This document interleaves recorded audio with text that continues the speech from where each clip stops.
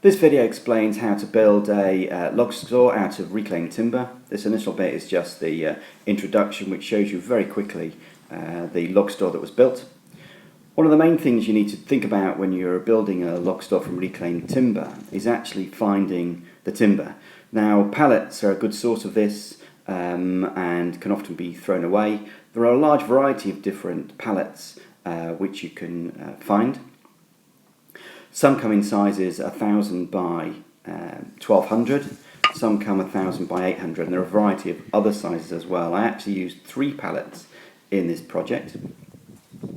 One 1200 by 1000, which was actually a stonemason's pallet, so it was full of stone, nice and sturdy. So if you actually look for pallets with these long, strong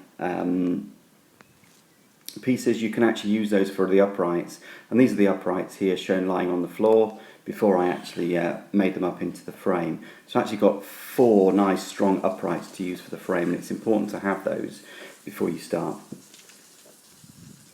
This shows the 2 upright pieces, the upright ends, end pieces, and they're about 600 deep by about a metre high. This is the base.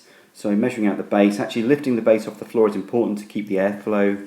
So I used strips 1.20 m long, and I put on some other timber that I had. I just fastened them into these side pieces at the base of each end.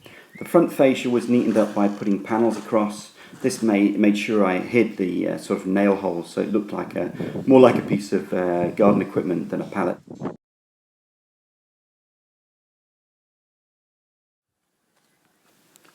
This pallet was neatly 700 by 500. It's actually quite difficult to find enough wood to make the roof, so I used this particular pallet, tried it out for size, and then disassembled the pallet in the following ways. It's very easy to actually get a chisel underneath the pallet slats, then to actually just lift them. The newer pallets seem to come apart a lot easier than older ones. Not sure why that is. The main tools that I used were a lump hammer, a blunt wood chisel, and then a claw hammer. The claw hammer is particularly important for actually reclaiming, getting out all those nails, making sure you get a neat job. So I just pushed them through to the other side, placed it on a piece of wood, and then lifted those nails out and kept them for later. I actually used all the pieces, needed all the slats from this particular unit. I actually got a lot of nails from it. A pair of gloves is also very useful to stop splinters. I found I could get quite a good angle by just leaving the main bar at the back of this pallet and resting it on the back uprights. So I cut the main ones to length and actually joined 2 pieces together to make a much longer roof, the size that I required. Fasten that together with a batten.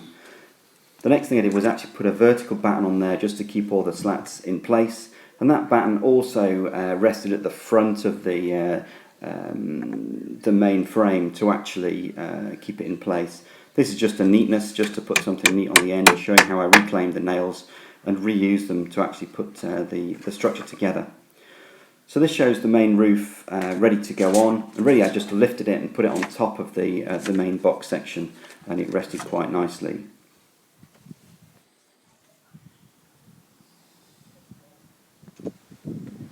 So it's just held on using gravity, just to keep it in place. It's just showing inside that actually I didn't screw it together, it's just actually resting on the inside frame. If I made another one of these, which I intend to do, I'd probably make it a little bit less deep. So instead of being 600 deep, I'd probably make it 400 deep. Make it easier to find all the material I need also for the roof, which takes up a lot of the wood. Thanks for listening. I hope you found it useful.